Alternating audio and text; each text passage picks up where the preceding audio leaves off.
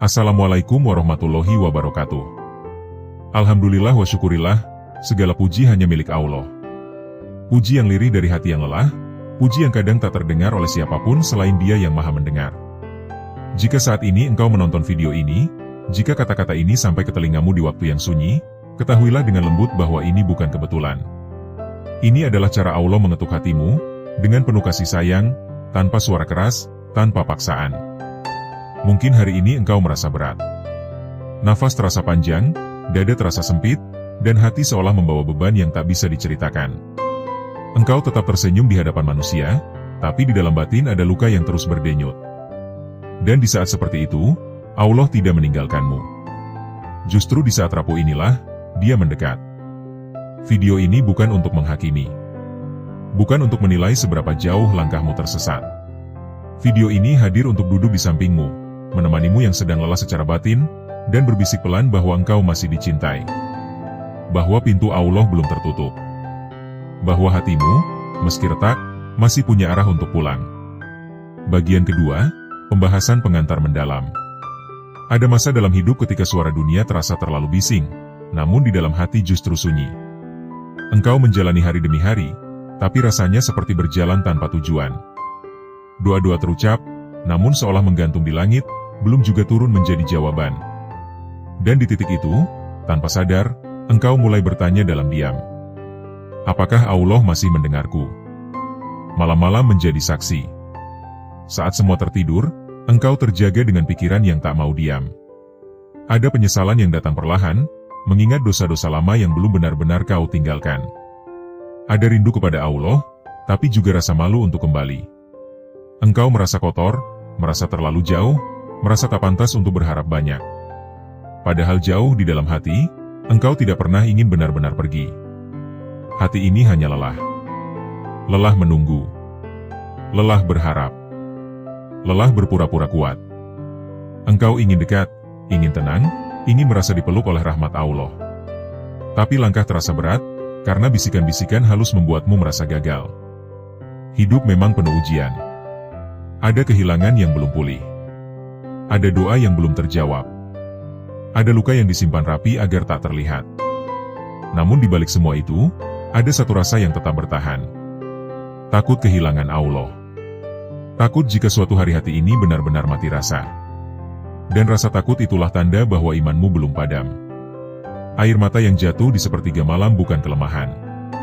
Itu bahasa hati yang tak sanggup lagi menahan rindu. Doa yang terbata-bata bukan tanda ditolak. Bisa jadi itu tanda bahwa Allah sedang menunggu kejujuranmu.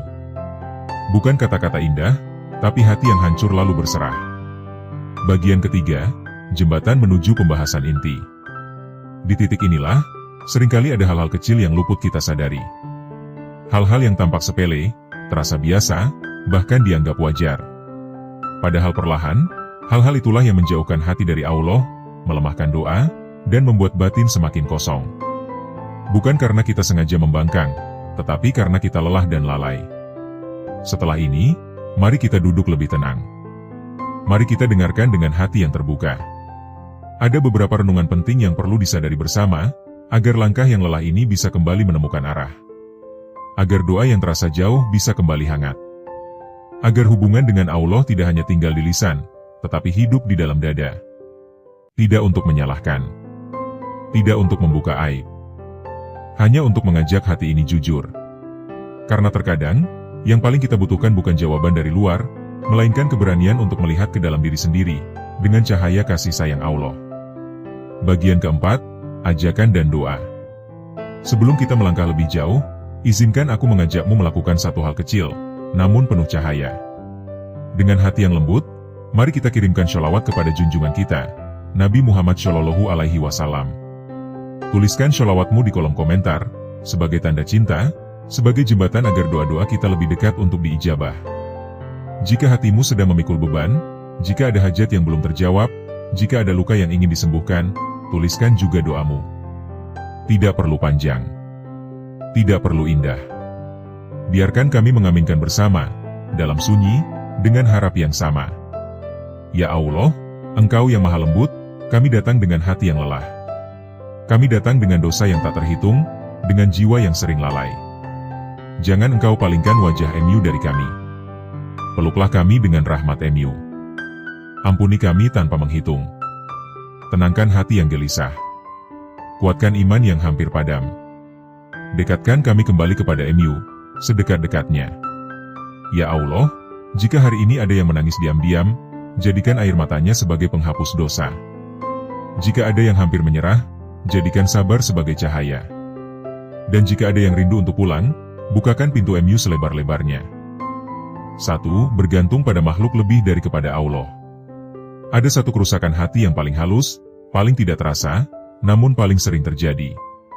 Ia tidak membuat seseorang berhenti sholat. Tidak membuat lisan berhenti berzikir. Bahkan kadang justru membuat seseorang terlihat semakin religius. Namun di dalam dada, ada satu tempat yang tanpa sadar telah diisi oleh makhluk, bukan oleh Allah. Hati menjadi tenang ketika manusia hadir. Hati merasa aman ketika ada orang yang bisa diandalkan. Doa terasa ringan ketika masih ada sandaran dunia. Namun saat sandaran itu hilang, saat manusia mengecewakan, saat janji tak ditepati, saat pertolongan tak datang, hati runtuh seketika. Bukan karena masalahnya terlalu besar, tetapi karena sejak awal hati ini tidak bersandar pada Allah sepenuhnya. Inilah ketergantungan yang tidak disadari. Kita merasa beriman, tetapi ketenangan batin ternyata bergantung pada pesan yang dibalas, pada manusia yang setia, pada rezeki yang lancar, pada kondisi yang stabil. Ketika semua itu goyah, iman pun ikut gemetar. Doa menjadi penuh tuntutan, bukan kepasrahan. Tangisan menjadi protes, bukan penyerahan. Padahal Allah tidak pernah pergi.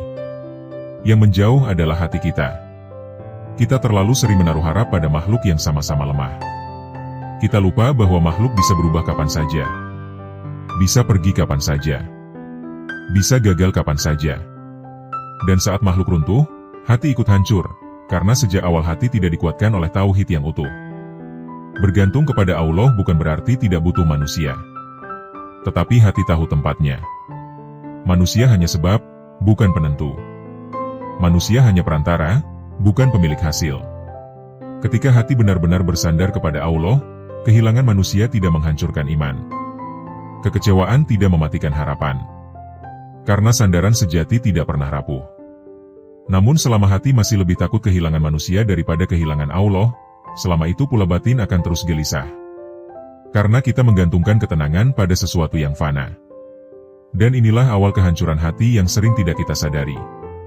2. Syirik halus dalam rasa aman. Syirik tidak selalu berbentuk sujud kepada selain Allah. Ada syirik yang bersembunyi di balik rasa aman. Rasa aman karena jabatan. Rasa aman karena harta. Rasa aman karena relasi. Rasa aman karena kepintaran. Hati merasa baik-baik saja, bukan karena yakin pada penjagaan Allah, tetapi karena merasa punya pegangan dunia. Saat harta ada, hati tenang. Saat jabatan aman, dada lapang. Saat relasi kuat, rasa takut hilang. Tanpa sadar, rasa aman itu menjadi ilah kecil di dalam hati. Bukan disembah dengan gerakan, tetapi dipercayai dengan keyakinan. Inilah syirik yang tidak terasa, tetapi efeknya mematikan keikhlasan. Ketika rasa aman itu terganggu, barulah kepanikan muncul. Doa berubah menjadi cemas. Ibadah menjadi tergesa. Hati penuh ketakutan. Bukan karena masalahnya besar, tetapi karena selama ini rasa aman tidak diletakkan pada Allah. Kita lupa bahwa semua yang kita miliki hanyalah titipan. Bisa diambil kapan saja, tanpa permisi. Syirik halus ini membuat seseorang sulit berserah. Sulit tenang dalam takdir. Sulit ridho ketika kehilangan. Karena selama ini hati meyakini bahwa keselamatan berasal dari selain Allah. Padahal jika Allah tidak menjaga, sebanyak apapun harta tidak akan melindungi. Setinggi apapun jabatan tidak akan menyelamatkan. Hati yang bersih dari syirik halus adalah hati yang tetap tenang meski dunia berguncang. Bukan karena kuat, tetapi karena percaya. Percaya bahwa yang menjaga bukan rekening. Bukan manusia. Bukan kekuasaan. Tetapi Allah yang maha hidup dan tidak pernah lengah. Selama rasa aman masih dititipkan pada dunia, hati akan terus dihantui ketakutan kehilangan. Karena dunia memang diciptakan untuk pergi. Dan hanya Allah yang tidak pernah meninggalkan. 3. Ibadah tapi ingin pengakuan. Ada ibadah yang secara lahir tampak indah, tetapi di dalamnya ada racun halus yang merusak hati. Ibadah yang dilakukan bukan semata karena Allah, tetapi karena ingin dilihat, diakui, dipuji, atau minimal dianggap baik. Ini bukan ria yang kasar, tetapi ria yang lembut, yang menyamar sebagai keikhlasan. Hati merasa senang ketika ibadahnya diketahui orang. Merasa sedih ketika amalnya tak dihargai. Merasa kecewa ketika kebaikannya tak dibalas. Dari sinilah hati mulai lelah. Karena ibadah yang seharusnya menenangkan, justru menjadi beban emosional. Kita mulai menghitung, membandingkan, dan berharap balasan dari manusia. Ibadah yang seharusnya mendekatkan kepada Allah, malah menjauhkan. Karena fokusnya bukan lagi ridho Allah, tetapi penilaian manusia. Ketika pujian hilang, semangat turun. Ketika perhatian berkurang, ibadah melemah.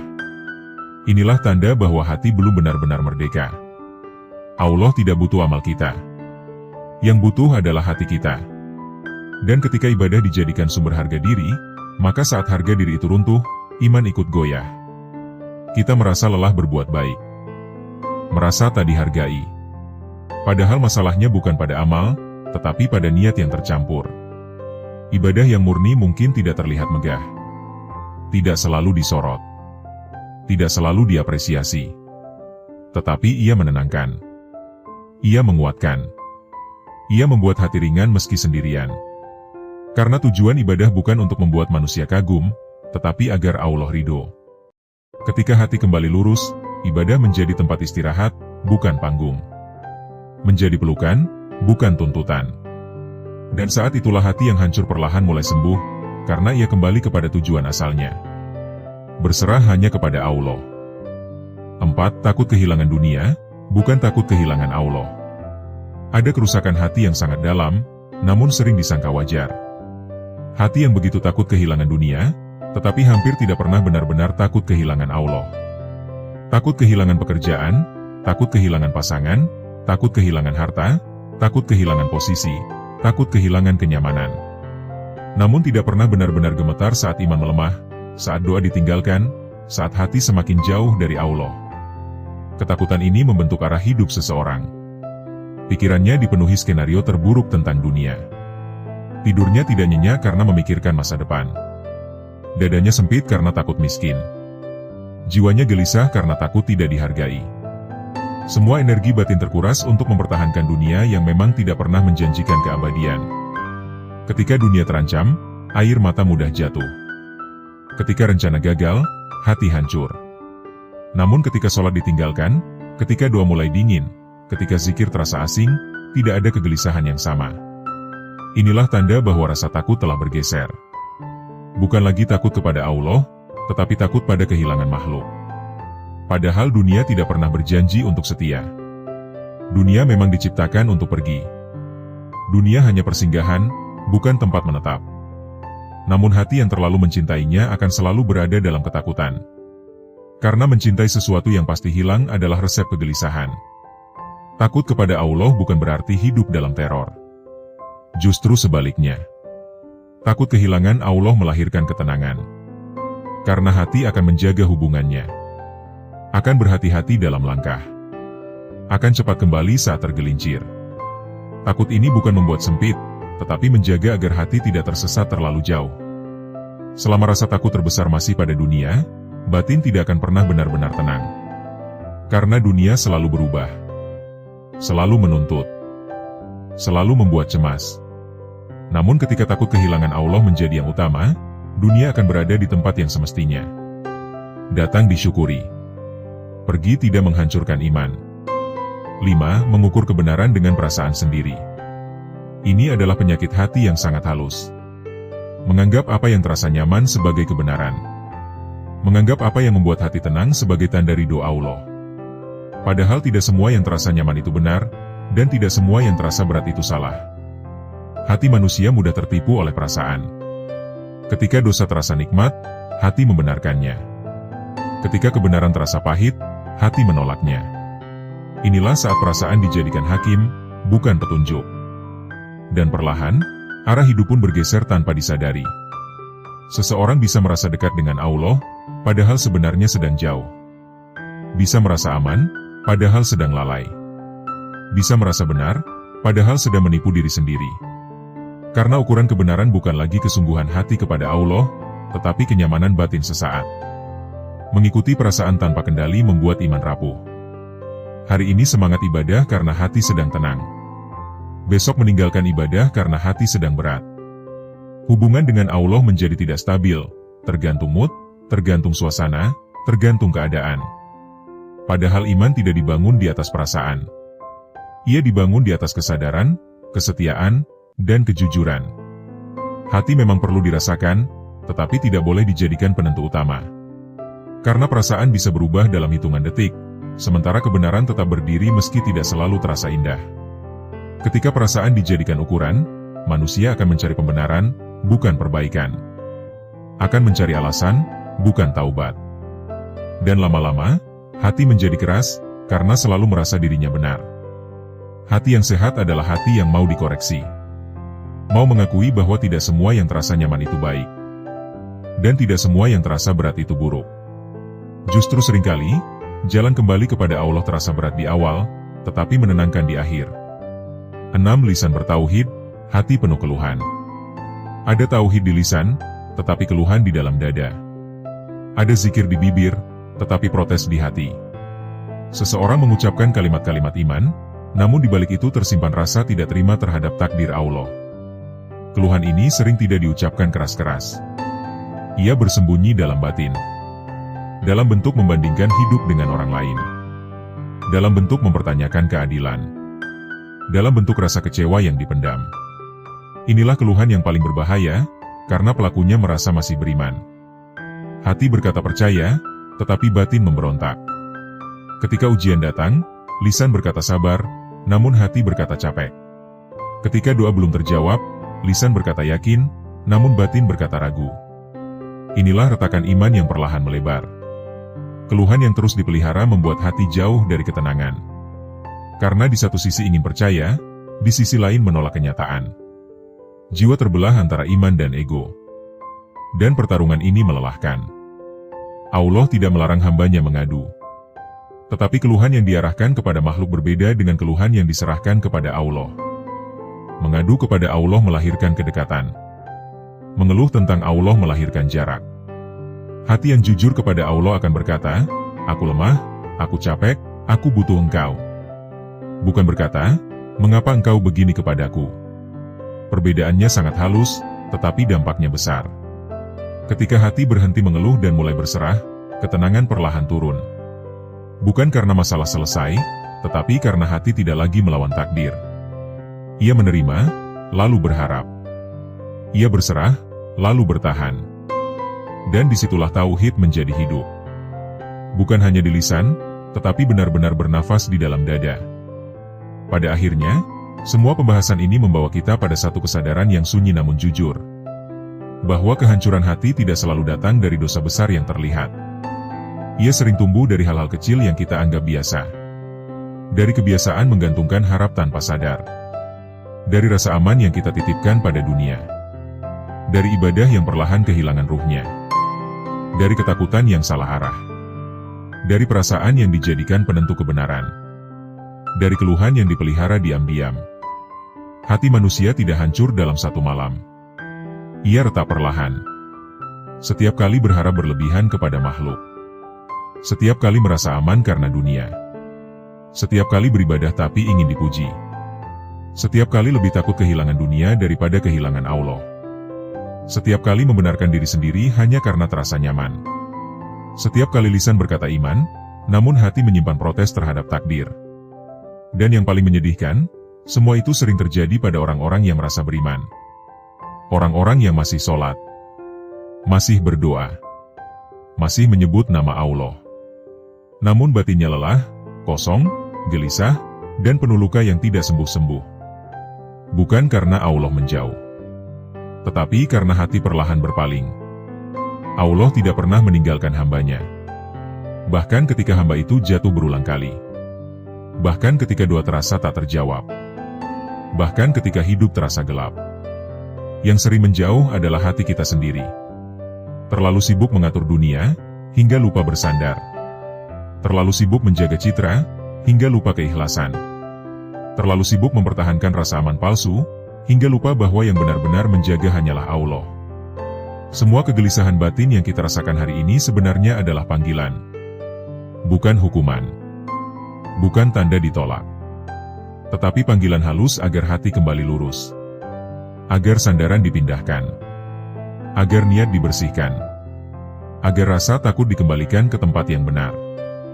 Agar keluhan diubah menjadi doa. Agar perasaan tidak lagi menjadi Tuhan kecil yang menentukan arah hidup. Ketika hati benar-benar kembali kepada Allah, dunia tidak lagi terasa menakutkan. Kehilangan tetap menyakitkan, tetapi tidak menghancurkan iman. Ujian tetap berat, tetapi tidak memutus harapan. Doa tetap menunggu, tetapi hati tidak lagi memberontak.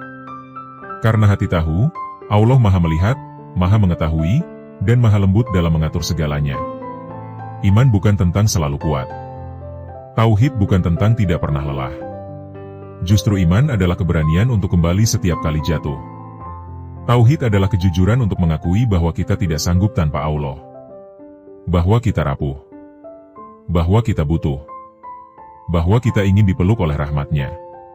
Jika hari ini hatimu terasa hancur, itu bukan tanda akhir. Itu tanda bahwa hatimu masih hidup. Masih bisa merasa. Masih bisa rindu. Masih bisa menangis. Dan selama hati masih bisa menangis karena Allah, pintu kembali belum tertutup. Jangan menunggu menjadi baik untuk mendekat. Jangan menunggu suci untuk berserah. Jangan menunggu kuat untuk berdoa. Datanglah dengan apa adanya.